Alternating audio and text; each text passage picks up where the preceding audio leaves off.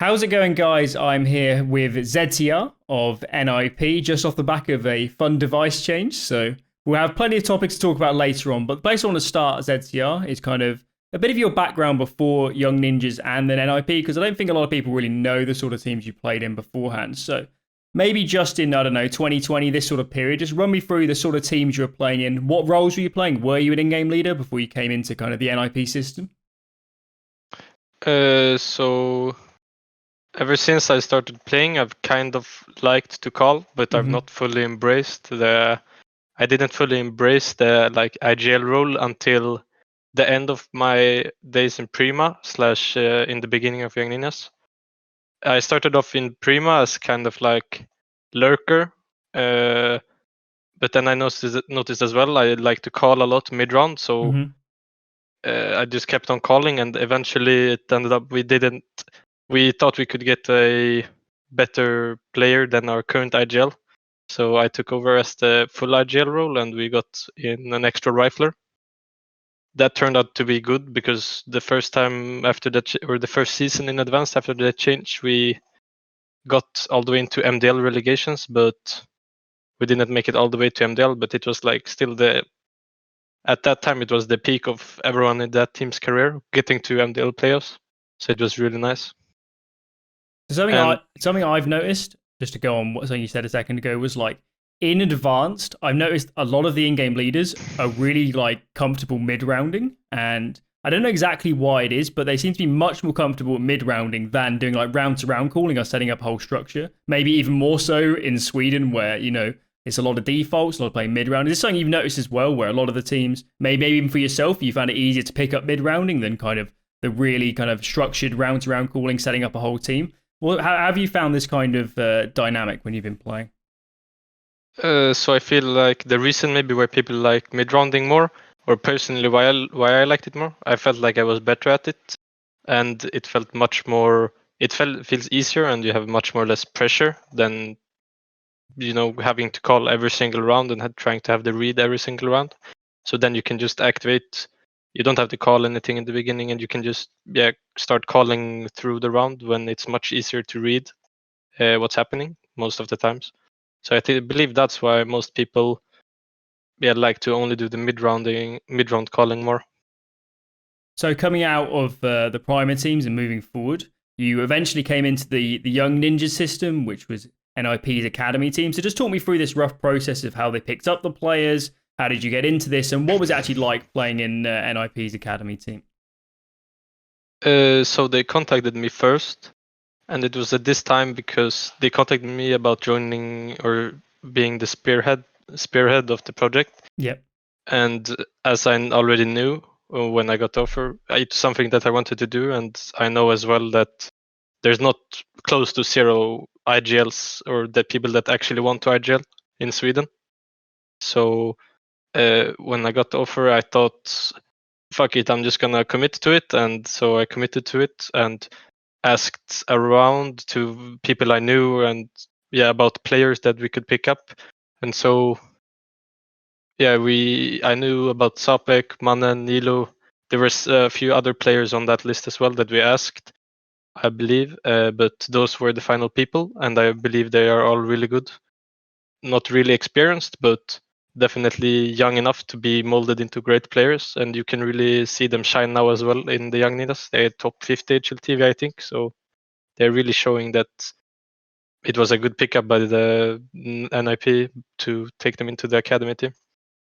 So I think I was listening to Brett in an interview. It wasn't too long ago, and I think he was saying that when they had the Young Ninjas team and he was like he would speak to you guys quite a lot. I think he said that he spoke to you a few times before they made the decision to bring you up. So in terms of like how it works between the academy team and the main team, is there a lot of speaking to people like Brett? Is there more speaking to the other players? How does that side of things sort of work? So I'm not gonna go fully in depth of how we use the academy lineup, but when I was playing there, they were using us as well for both teams. What do you say? The benefit, and also now we are using the young ninjas for benefit for both sides. And I know as well that Threat is helping them along the way, and they helped me when I was in the Young Ninjas individually and with the team. So it's a really good system for both sides, I believe, that are helping both teams right now. Certainly sounds like a good approach. And from what I've heard of speaking to people in other academy teams, like for the players in the academy team, just having the sometimes even just hearing the comms and stuff, or being able to potentially sit in scrims, like you can learn so much from that you just can't gain from playing at a lower level. So it sounds sounds really beneficial for all the players. Now, obviously, moving on from then, things happened very, very quickly. I think it was Twist that came out of NiP. And then very quickly, you got kind of the bump up. So just talk me through going from coming into Young Ninjas and then almost immediately getting the call up, and how did this process sort of work in terms of coming up to the main team? So I believe it was before Blast, like right before Blast. Yeah. I got they made the decision to pick me up instead of Twist. Yep. As a stand-in. So it was like 4 or 5 days before, I believe. So I got asked if I wanted to do it, and of course I said yes. And so the same day, or maybe the day after, I got up to the boot camp in Stockholm, met all the guys, and like we practiced for 3 or something days, and then we played the first official against Astralis, and yeah, as you may know, we won it. And so that it was a really surreal feeling, going so quick from playing these lower tier tournaments to starting to practice with the main team and playing against Astralis in like 1 week's time.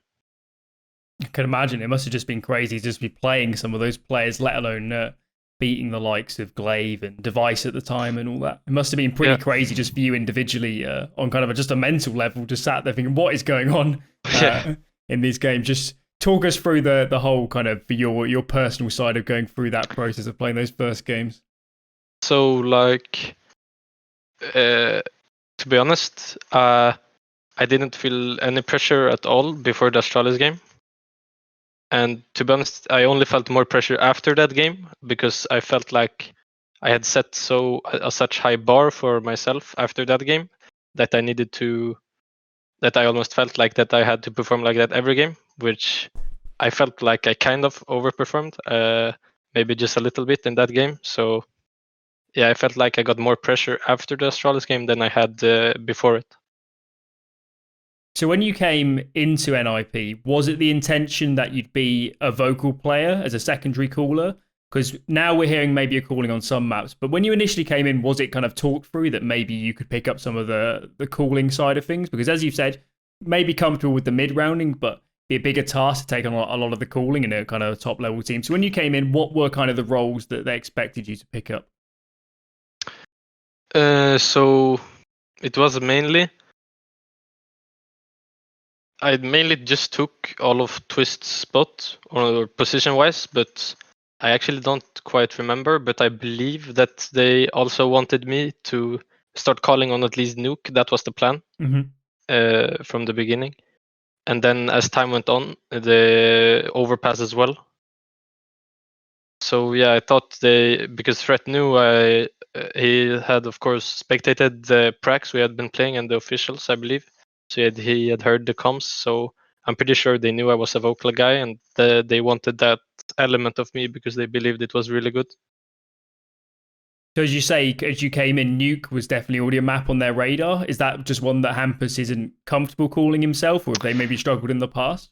It was most... I believe Hampus is really good at IGL on all maps, but it's just that he's also really good at like doing individual plays during mid rounds, and so that's why I kind of take on the role on these maps as the mid round caller. So that because, for an example, he likes to be the lobby guy on Nuke, and then he can't really focus on calling for the people outside.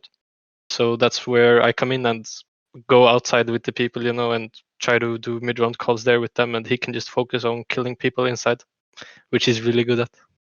So we've kind of mentioned it a little bit already, but the first event you played, apparently just a few days after you came in the team, was the Blast Spring Groups, where you beat Astralis in that first series, and you eventually made it through into now the main event, which should take place pretty soon, I think. In in terms of getting into this tournament, presumably you didn't have much practice as a team. So I'm guessing, was it quite loose, the sort of playstyle you were bringing to this first event?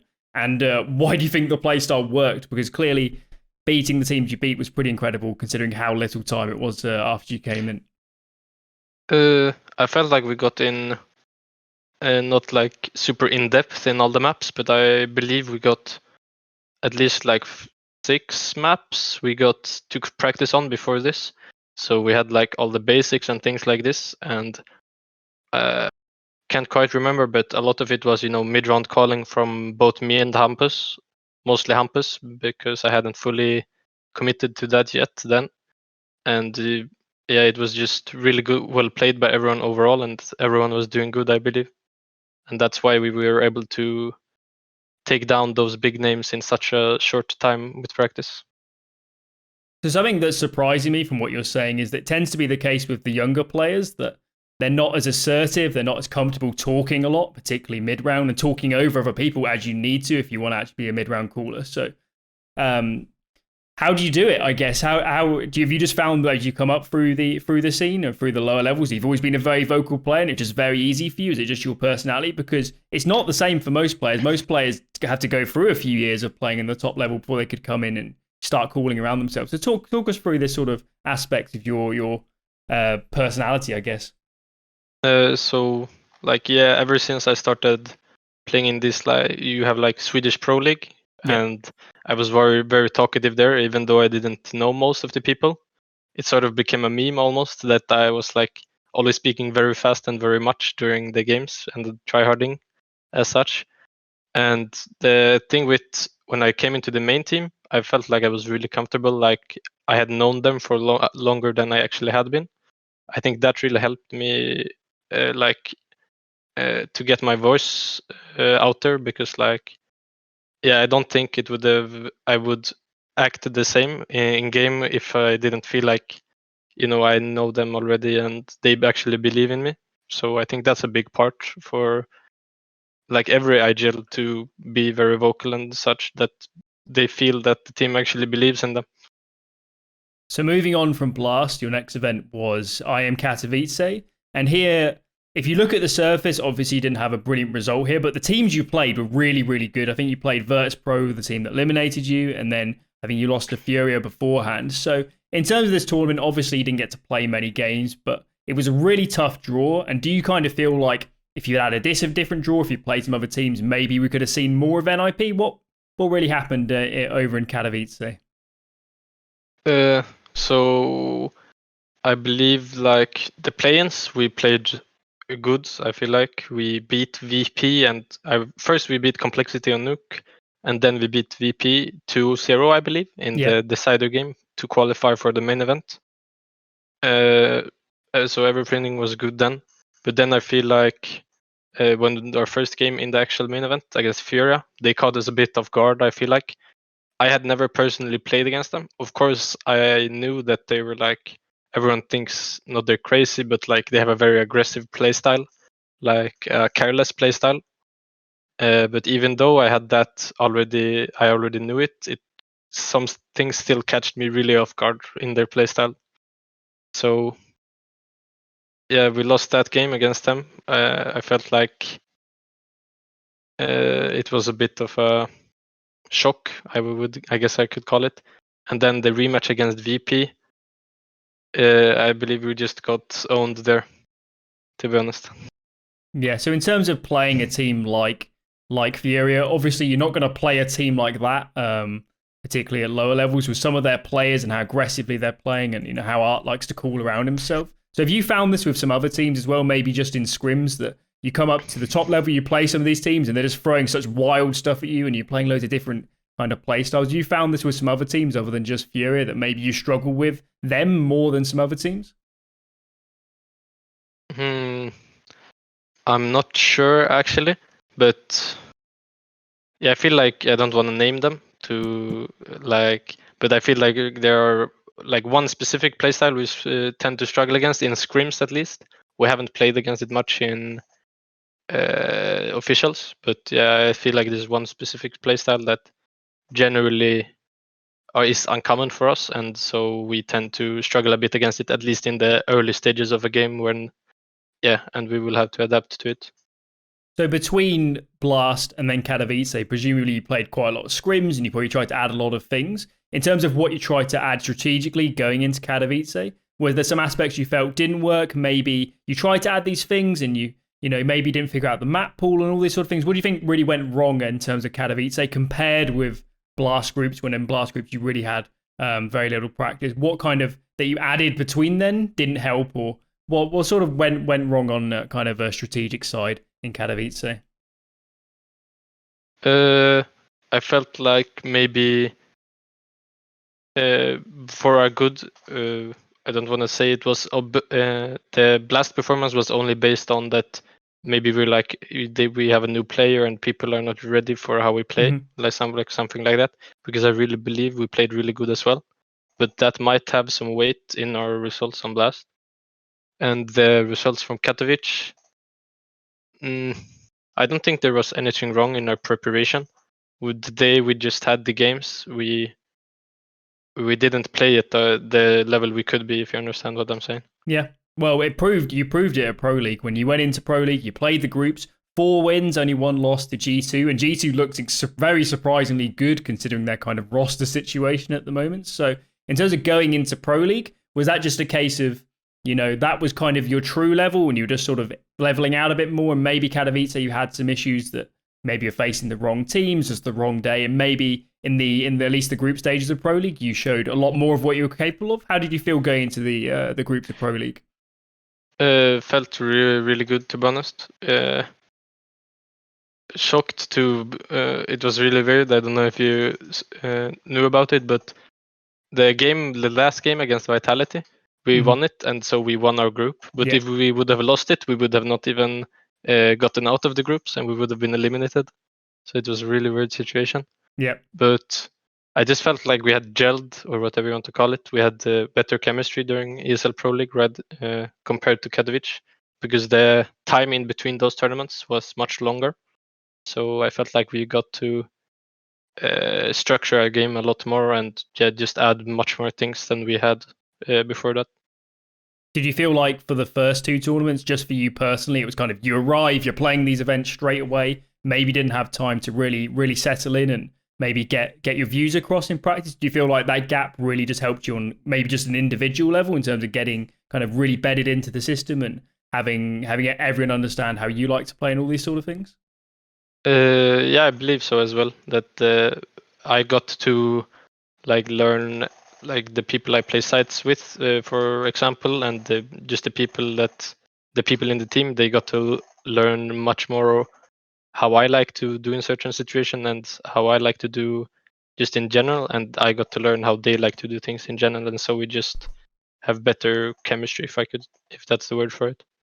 So the only team you lost to in the groups was G2, and G2's actually a team I've watched a fair amount over the last few weeks, and every time I watch them, they surprise me a lot because I feel like the loss of Kenny and then bringing Jax in, and I believe Jax's English isn't perfect, and that's why he wasn't in the lineup in the first place.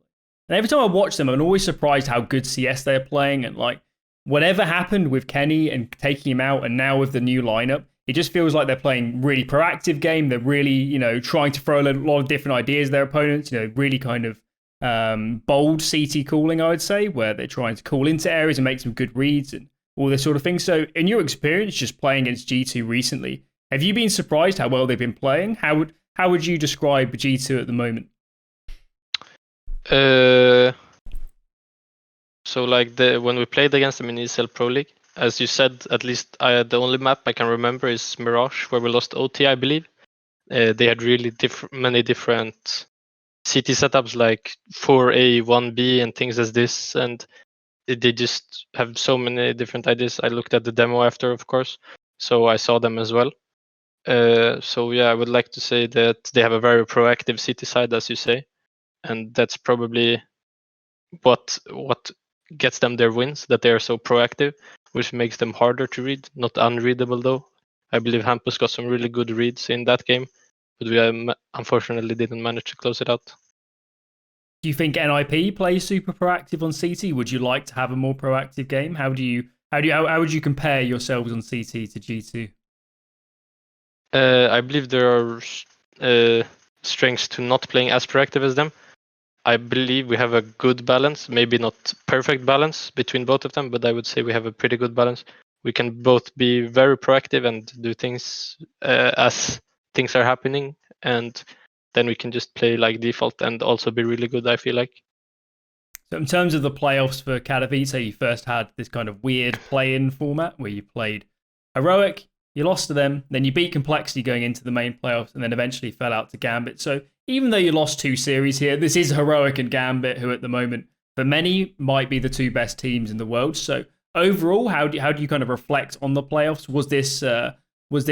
I was for me personally, I'd still say this is an incredible result for your team and how recent kind of just your addition and stuff into the team is. So how do you reflect on the playoffs of Pro League? Yeah, so as you said, we reached the semifinals and lost against Gambit. I felt like it was a good result, personally, at least for me, because it was my first ever semifinal, and we played against the likes of, as you said, Heroic and Gambit.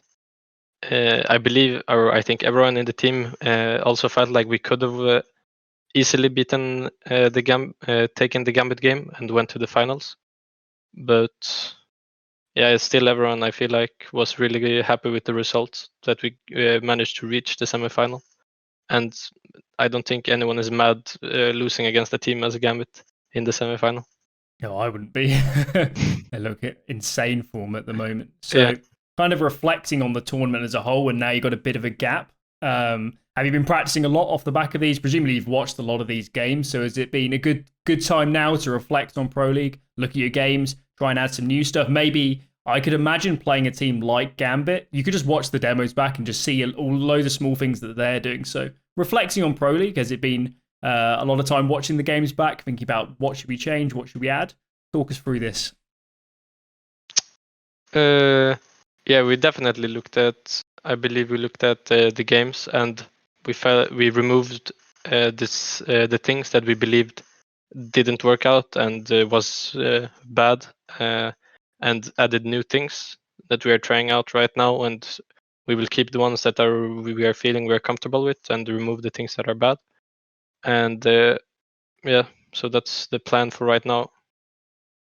Okay, so that's covered the recent results. So let's fly into one of the fun topics. So obviously, massive signing was Device not too long ago now.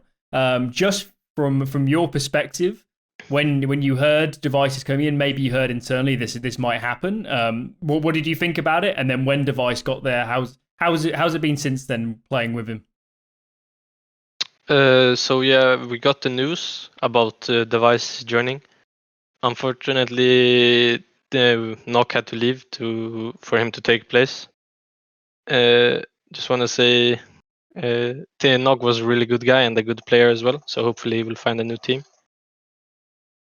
And yeah, when we got the news that Device joined, obviously sad that Tim had to leave, but at the same time, God, now we have the chance to play with I believe it's 4 times major winner and overall just top 5 last 3 years player. So really, and he's really humble as well. So it's not like he's coming in and taking up all the place and like he wants to be in charge of how we're going to play because he has won all the trophies. So he's really fitting in well, and I think everyone is comfortable with both taking criticism from him and giving it to him.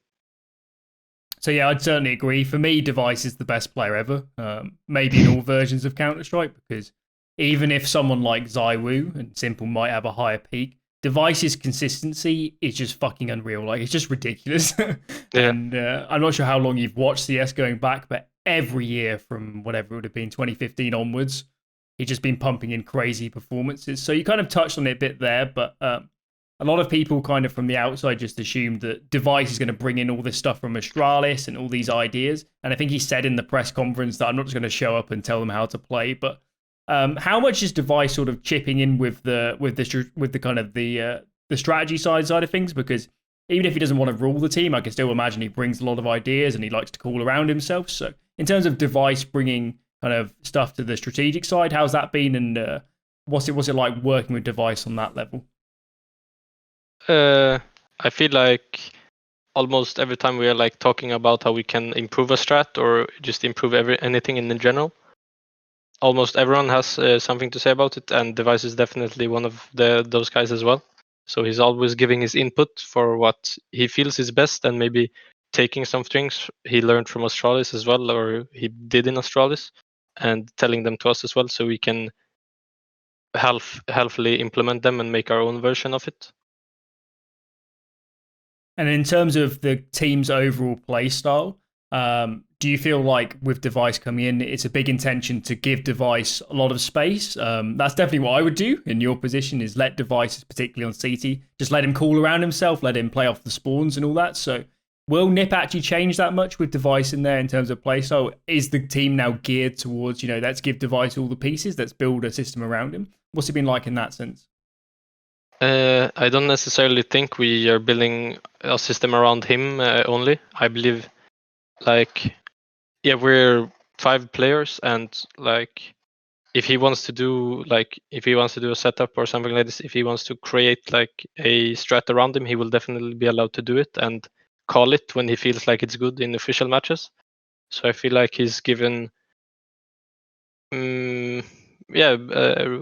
much freedom. I would like to say he's not like being bossed around, but at the same time we're not building the team just around him, like maybe some other teams with their operas.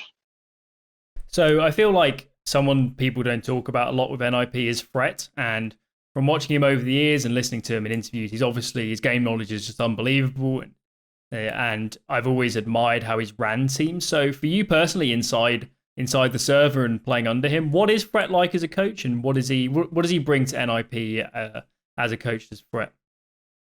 Yeah, as you said, I think he's really good strategically, like intellectually, if you could say so.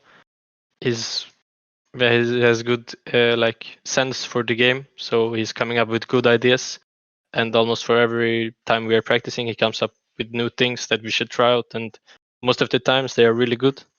And outside of the server, he's a really great person. He's funny, always making jokes, and during timeouts he's always cracking jokes as well, so he's really lighting up the mood all the time. So yeah, he's probably, not that I haven't had many coaches, but the best coach I can imagine, at least.